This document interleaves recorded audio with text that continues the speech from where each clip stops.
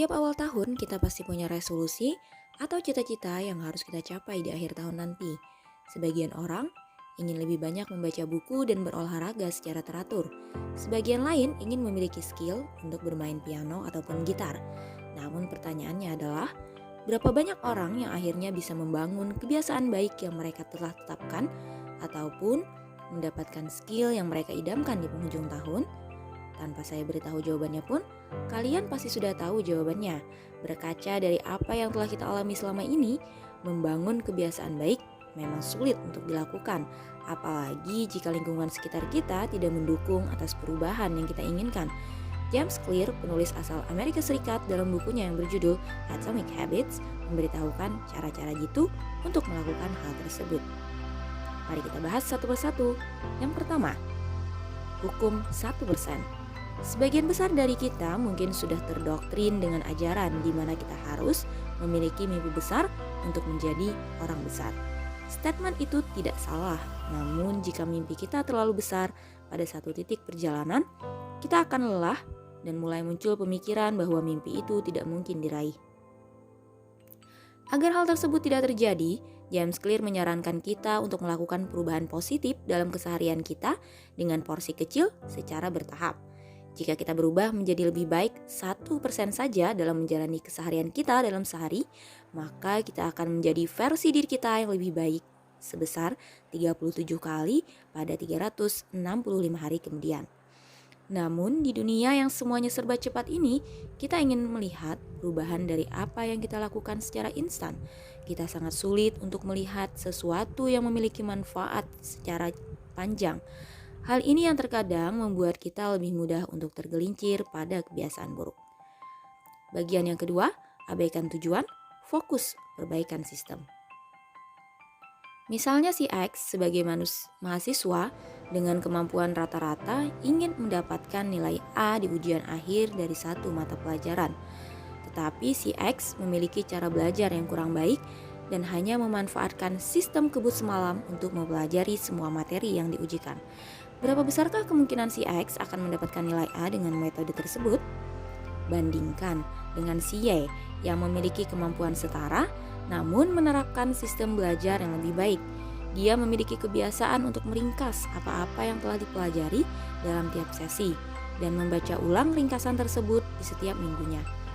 Si Y tidak berfokus pada nilai, namun dia mencoba untuk menciptakan sistem yang akan membantu dia untuk meraih tujuan itu. Hal ini juga diungkapkan James Clear, 4 masalah yang ada jika kita mempunyai obsesi yang berlebih pada tujuan. Yang pertama, pemenang dan pecundang memiliki tujuan yang sama.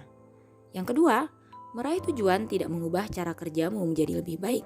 Bahkan mungkin dapat memacu kita untuk memanfaatkan cara-cara cepat untuk meraih tujuan tersebut. Ketiga, tujuan membatasi kebahagiaan kita. Kita hanya akan bahagia ketika tujuan telah diraih. Yang keempat, tujuan hampir selalu bertolak belakang dengan hal-hal yang memiliki manfaat jangka panjang. Kita lanjut ke pembahasan bagian ketiga, yaitu mulailah perubahan dari dalam. Sekarang ini jogging dan bersepeda sedang menjadi kegiatan yang banyak orang lakukan.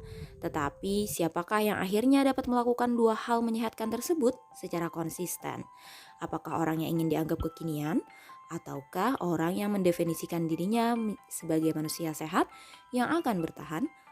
Orang yang mendefinisikan dirinya sebagai manusia sehat tidak akan peduli jika jogging atau bersepeda adalah hal yang sedang menjadi tren, karena mereka telah merasakan manfaatnya pada kesehatan mereka.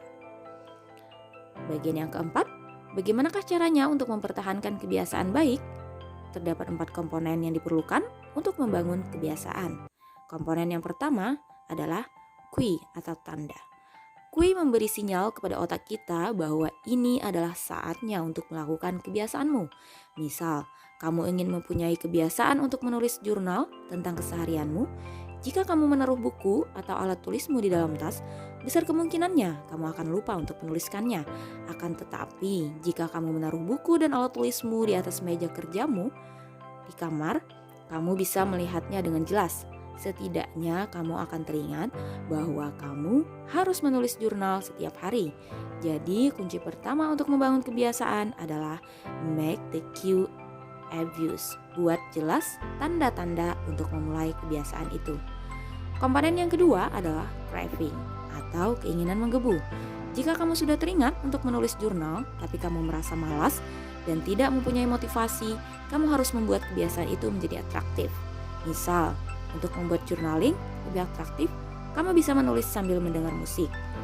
Kamu suka musik yang kamu suka, atau jika kamu suka dengan wewangian, kamu bisa menaruh aromaterapi di meja tempat kamu menulis. Dengan begitu, kamu akan merasa lebih bersemangat. Kunci keduanya adalah make the habit attractive. Kemudian yang ketiga adalah response atau reaksi atau kebiasaan yang akhirnya kita lakukan. Terkadang ada saja hal-hal yang dapat membuat kita kehilangan fokus pada saat kita melakukan habit. Sebagai contoh, notifikasi yang muncul tanpa henti pada layar ponsel dapat mengalihkan perhatian kita pada saat menulis jurnal. Untuk mempermudah proses penulisan jurnal, kita harus menghilangkan gangguan tersebut dengan mematikan ponsel untuk sementara. Jadi, kunci ketiganya adalah make the habit easy. Kemudian keempat adalah reward atau ganjaran. Kita akan cenderung mengulangi kebiasaan tertentu jika kita mendapatkan ganjaran setelah kita selesai melakukannya, walaupun ganjaran itu terlihat kecil dan sederhana.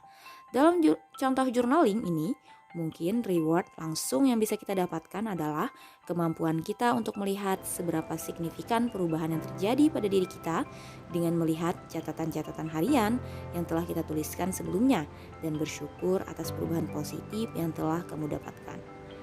Jadi kata kunci terakhir dari ringkasan ini adalah make the habit immediately satisfying. Jadi teman-teman bisa ingat 4 kata kunci tadi ya. Yang pertama, make it obvious. Yang kedua, make it attractive. Ketiga, make it easy. Dan yang keempat, make it satisfying. Semoga review kali ini bermanfaat. Terima kasih. Selamat berjumpa di review berikutnya.